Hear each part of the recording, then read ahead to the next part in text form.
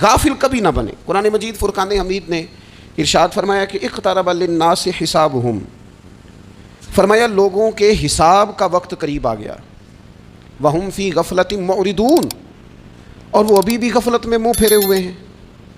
Time آ گیا حساب دینے کا، لیکن وہ ابھی بھی غافل ہیں۔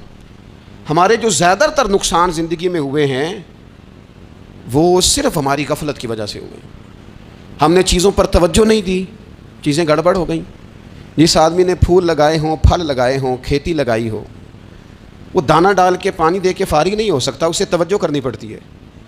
اور کسی نے کہا تھا مالی جیندے ہون تو پھر بوٹے سکدے نہیں، اگر موجود ہونا ان کو سینچنے والا، رکھوالی کرنے والا، تو پھر ان کی جڑیں کبھی خشک نہیں ہوا کرتی۔ ہماری جو غفلتیں ہیں یہ بڑی ضرر کا باعث ہیں، نقصان کا باعث۔ اور مجبوری معاف ہوتی ہے، غفلت معاف نہیں ہوتی۔ اسکول میں پڑھتے تھے، مدرسے میں پڑھتے تھے،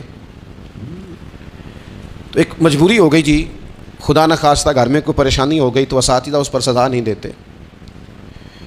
کوئی خوشی کا موقع ہے گھر میں، فیملی میں کسی کی شادی ہے، اساتذہ اس پر سزا نہیں دیتے۔ لیکن اگر کبھی پتہ چلتا تھا نا کہ یہ گھر سے تو آیا تھا لیکن مدرسے نہیں آیا، یہ اسکول نہیں آیا، رستے میں غافل ہو گیا، تو یہ بات خوفناک تھی۔ یہ قابل سزا جرم تھا کہ تو غافل ہو گیا اپنی پڑھائی سے، تو گھر سے آیا اور یہاں نہیں آیا۔ غفلت قابل سزا ہوتی ہے، مجبوری کی معافی ہوتی ہے۔ ہمارا آج کل جو مسئلہ ہے وہ غفلت کا ہے۔ ڈھیر سارے لوگ ہیں، سمجھدار بھی ہیں، سیانے بھی ہیں، معاملہ فہم بھی ہیں، باشعور بھی ہیں، تعلیم کی ڈگریاں بھی رکھتے ہیں، لیکن اگر ان کی زندگیوں کی تکلیفوں کو دیکھا جائے اور بے آباد روح کو دیکھا جائے اور سجدوں سے ان کی دوری کو دیکھا جائے تو ایک ہی بات سمجھ میں آتی ہے کہ پتہ سارا ہے لیکن لے ڈوبی ہے غفلت، توجہ نہیں کی۔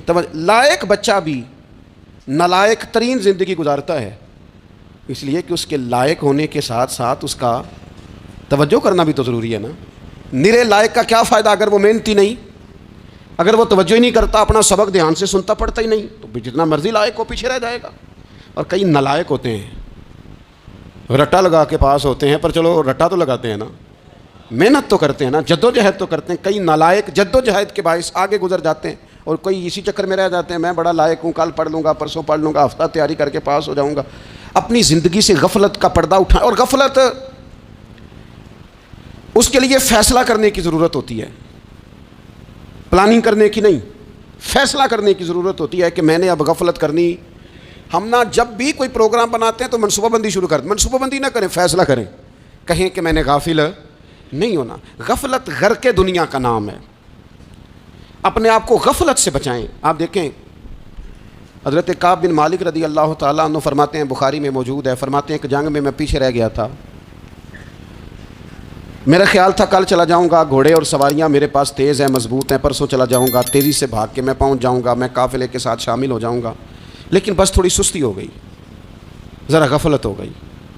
آپ فرماتے ہیں جب سب لوگ چلے گئے حضور علیہ السلام کے ساتھ جہاد میں اور میں پیچھے رہ گیا، تو پھر جب چند دن گزر گئے اور محبوب کے واپس آنے کا ٹائم ہو گیا تو اب میں غور کرتا سمجھتا تو مجھے مدینے میں یہاں بزدل لوگ نظر آتے، اور کون نظر آتے؟ جو منافق تھے، وہ منافق بزدل دکھائی دیتے، یا مجھے عورتیں اور بچے دکھائی دیتے۔ میں پریشان ہوا، حضور واپس آ گئے۔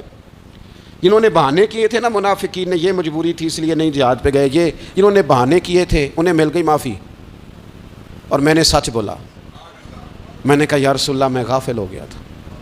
اب کہتے ہیں میں نے جب کہا نا حضور سستی ہو گئی تھی، ذرا غفلت ہو گئی، تو بندہ محبوب سے غافل ہو جائے، بندہ وہیں سے غافل ہو جائے، جو دم غافل سو دم کافر، سانو مرشد اے ہو پڑھایا۔ جب کہا نا حضور وہ غلطی ہو گئی، کوئی مجبوری نہیں تھی، تو فرماتے ہیں باقیوں کو معافی مل گئی، میرے ساتھ حضور ناراض ہو گئے۔ ایک دن نہیں، 2 دن نہیں، 50 دن حضور ناراض رہے۔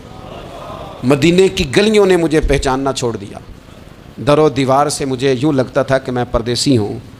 فرماتے ہیں میں مسجد میں آتا تھا، میں جب محبوب کو دیکھتا تو حضور رخ انور پھیر لیتے، اور مجھے پتا تھا جب میرا چہرہ ادھر ادھر ہوتا تو پھر کریم رحمت کی نظر فرماتے ہیں 50 دن مسلسل۔ پھر مجھے حکم ہوا کہ بیوی بھی بھیج دو، میکے بچے بھی بھیج دو، ننھال یعنی تنہا رہ جاؤ۔ فرماتے ہیں وہ میں نے قید تنہائی کاٹی، لیکن شکر اللہ کا یہ ہے کہ میں سچا تھا، بس ذرا بھول گیا تھا، بس ذرا غفلت ہو گئی تھی۔ تو فرماتے ہیں پھر اللہ تبارک و تعالیٰ نے میرے اوپر فضل یہ فرمایا کہ میری توبہ کا اعلان رب نے قرآن مجید میں فرمایا. تو غافل نہ بنے کبھی بھی. ہمارا نہ مسئلہ یہ ہے، اور آپ نے ناراض نہیں ہونا، ڈھیر سارے لوگ غافل ہو جاتے ہیں، مالدار بھی غافل ہیں، صاحبان علم بھی الا ماشاء اللہ بہت ساری جگہوں پہ غافل ہیں. جن لوگوں کو 4 لوگ جاننے لگ جاتے ہیں، کوئی مقام حاصل ہو جاتا ہے، وہ بھی بہت ساری جگہوں سے غافل ہو جاتے ہیں الا ماشاء اللہ. غفلت بڑی تکلیف والا منظر ہے. جو لوگ سمجھتے ہیں نا میں اب گڈ بک میں آ گیا ہوں، اب میں اچھا ہو گیا ہوں، اب میرے لیے خیر کہا جاتا ہے، مجھے اچھائی شاید یہ مستقل میرے ساتھ رہے گی، تعریف ہی ہوگی ہمیشہ، وہ بھی غافل ہو جاتے ہیں. اور یہ غفلت ٹھیک نہیں ہوتی. وجہ دیکھنی چاہیے کس وجہ سے انسان کو وقار مل رہا، عزت مل رہی. اپنی زندگی سے غفلت کو اتار پھینکیں.